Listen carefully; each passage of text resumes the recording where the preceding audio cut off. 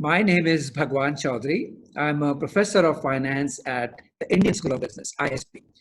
Today, I'm speaking with Professor Sumit Agarwal, who is a professor of economics, finance, and real estate at the National University of Singapore. He's also a distinguished professor at ISB. Sumit has expertise in many fields, but especially in banking, financial institutions, and macroeconomics.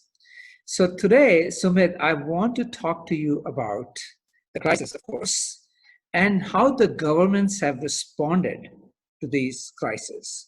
And in particular, you have looked at the data for several countries. It would be helpful to know how different countries have responded differently and what we have learned from it. So please tell us something about what you found in the data. Let me first set up the setting so that we all understand what is going on. Okay. Yeah. So we know that because of the crisis, we have to flatten the curve. As a result, we have to do some social distancing. That social distancing is what is getting us here, where a lot of people are staying at home. As a result, people can't go to work. Businesses are not producing. So the supply of products and services is going down. That is causing essentially huge, massive downturn either in the small businesses or in labor supply. This will have implications on what will happen to this could cause a recession in the economy. As a result, monetary or fiscal authorities have to respond.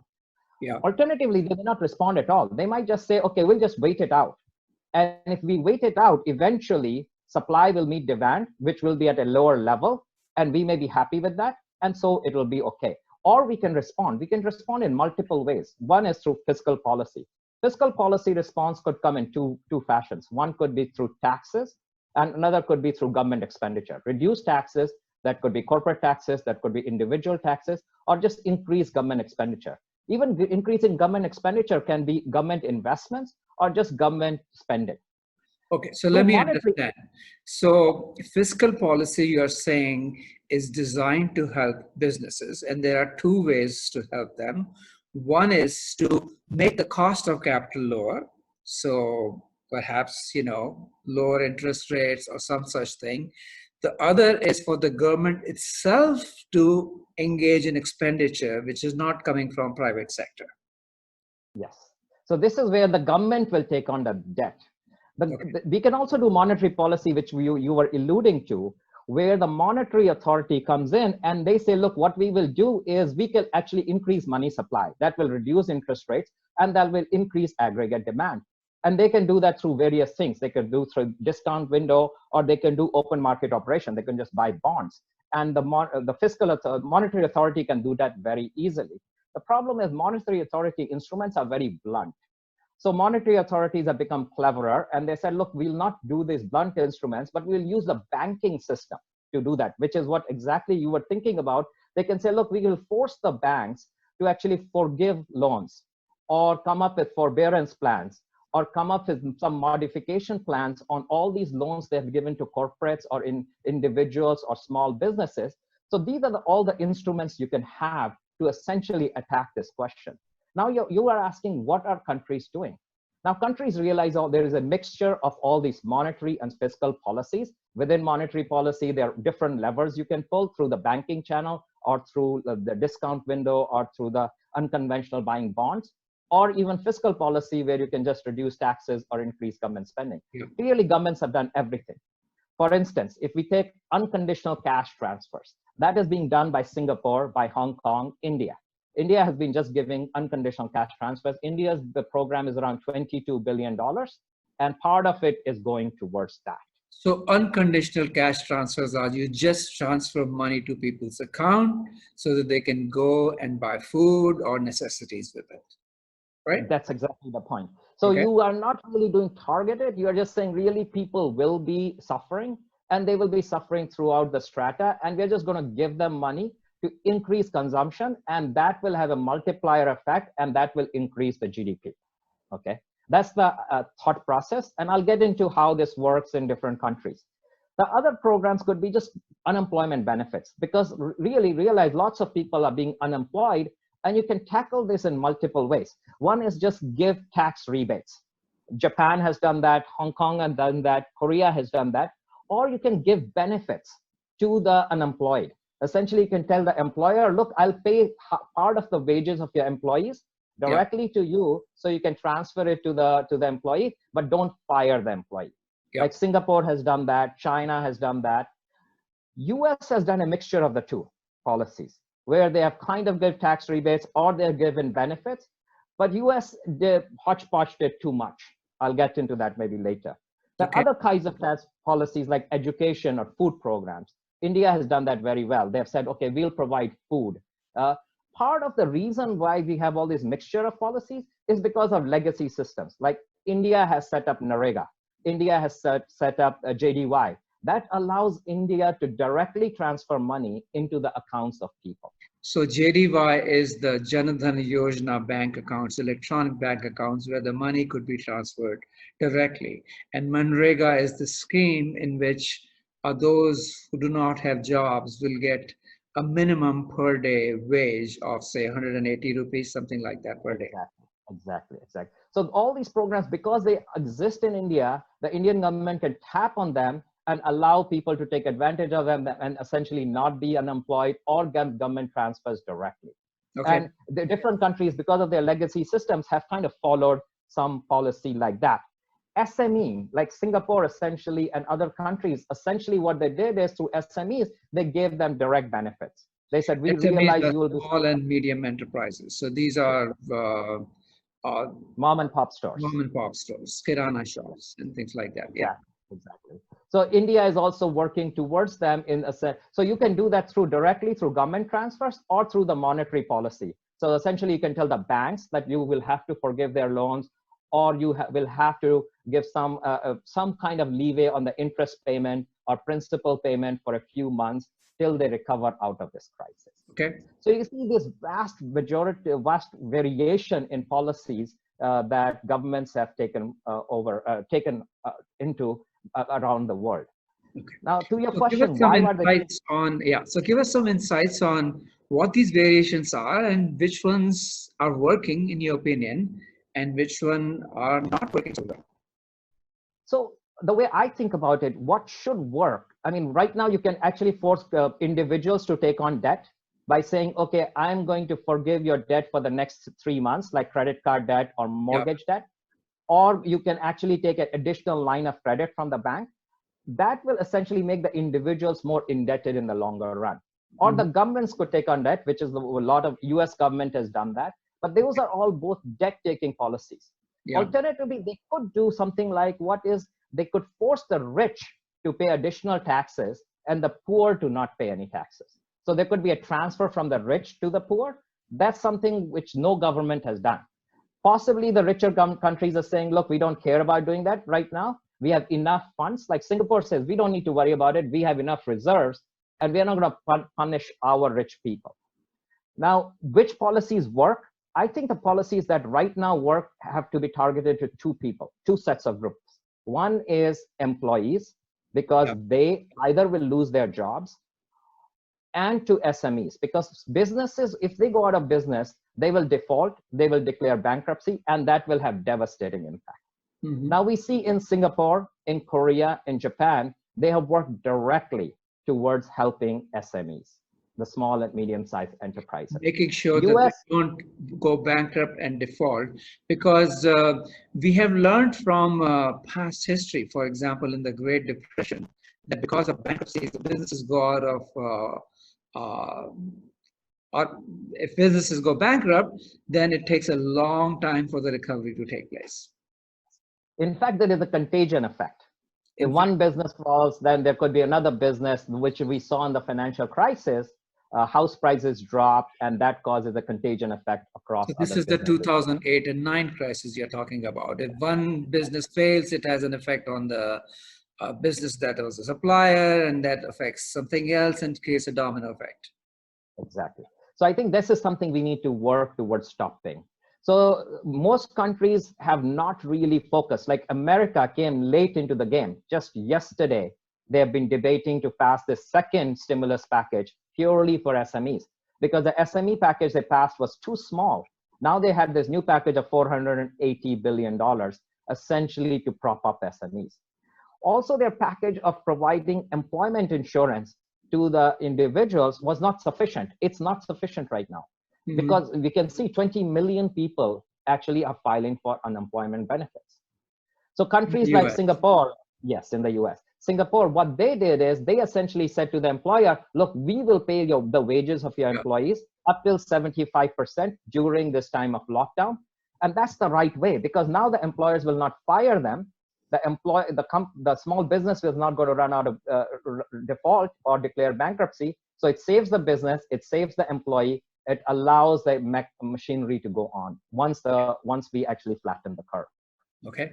Now, in terms of direct subsidies, which India has given to individuals, how do we think about that? I think what we have seen in the literature, that the MPC out of this, marginal propensity to consume of every dollar that you're giving to the individual, is very high. If we add it all up, it can be as much as 1, which so is whatever is given to you, because these are small amounts, people are spending all of it. Exactly. The classical theory would say that the MPC should be 0. But essentially, we see people go out and spend this money and actually help in the aggregate demand to go up. But let me stop here. But is it really a demand story? I mean, I'm wondering, is it really to stimulate demand really, or is it really to make sure that they survive? And I'm thinking that in this crisis, there are 2 modes. One is survival of the individual to make sure they have enough essential. And the second is survival of the businesses to make sure they don't close shop, so that it becomes harder to restart. And therefore, so is it a demand story, or is it really a subsistence story to some extent? I mean, I hope in the aggregate, we're thinking of increasing aggregate demand. Okay. And that way we can sustain the macroeconomic growth that we are, the macroeconomic growth path that we are on. Obviously, in the shorter run, we are essentially thinking what you have in mind. We don't want massive unemployment rates. We don't want lots of foreclosures of small businesses, because that is really devastating for the economy. Then we will be in the world of the depression that we saw in the 1930s. We clearly don't want that. So the objective right now is to reduce unemployment rate, because right now, while we are trying to flatten the public health crisis curve, we are actually creating a burgeoning of the financial crisis curve. Right. Yeah, the economic crisis, financial crisis. Economic crisis curve. So we need to now work on flattening that curve. And that curve, essentially, we need to flatten the default and bankruptcies of small businesses and flatten the curve of unemployment that we will see.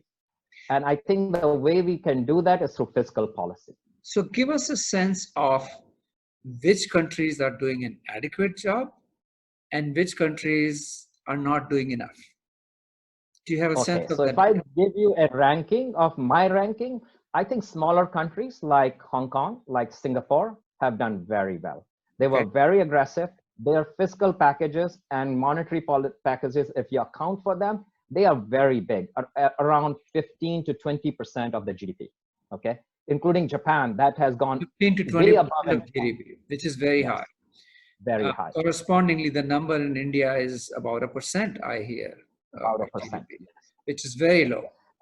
Very low. So India is not doing very well in that sense. India could do much more, both in the fiscal space and monetary space. In monetary space, what they reduced was 75 basis points, which is nothing. It really, the transmission of that into mortgage rates or credit card interest rate or small business rates going to be very small. Minuscule, yeah. So monetary policy, there is much lever left.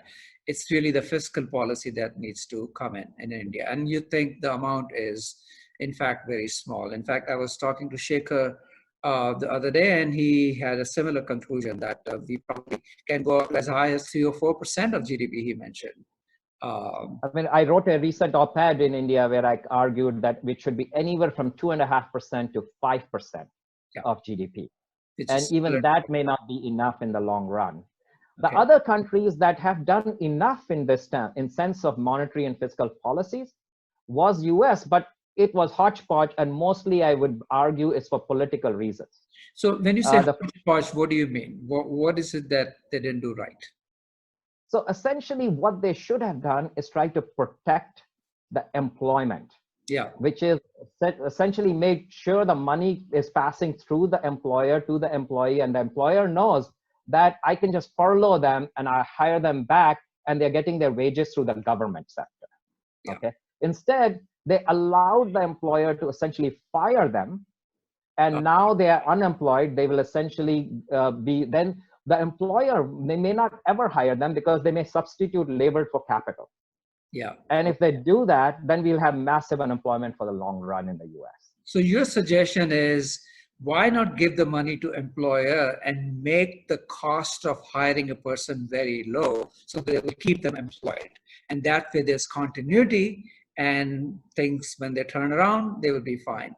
Instead, once you get fired, you destroy capital, you destroy organization capital, human capital, and it is very hard to pick it up. So it's not enough to get a check in the mail and you're unemployed. That's not as effective as continue to be employed even though you're not working, but you're getting a paycheck. Yes. This is exactly what happens in the US government. When they cannot come up with a budget, they're furloughed off. They don't get paid for 2-3 weeks, but they're not unemployed. They will all come back to the jobs. This is what they should have kind of done. They said, look, you will not get paid for 3-4 weeks. Instead of the employer paying you, the government will just pay you, but you'll all have your job and you'll just come back to that once the crisis is over. Now we have created multiple crises. We have created a crisis of unemployment. We have created a crisis of small business defaults and bankruptcies. And now we'll keep throwing good money after bad money to save the bankruptcies and save the employees to actually find them new jobs. Okay. And for that, we'll have to come up with new government programs to get them hired. Okay.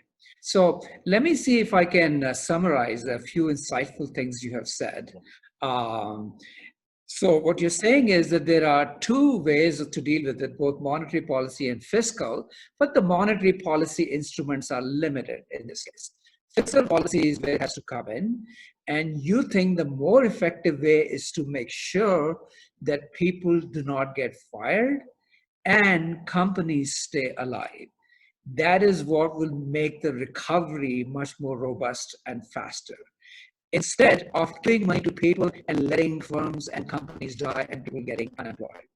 The second thing you said is that there are big differences across countries, and you think some of the smaller countries like Singapore and Hong Kong have done a very good job. They have done big fiscal stimulus of the order of 15 and 20%, whereas India is on the lower and much lower end, close to 1%, and they could significantly do much more. And the US, even though the total amount looks high enough now, but it has been uncoordinated and a hodgepodge, so probably not as effective as it could have been. So I think these are really great insights, and I appreciate you talking to us today to give us some sense of the data and some idea of where we can tweak some of these policies. Thank you so very much. Hope to speak to you soon again for some more insights. Thank you very much, Bhagwan.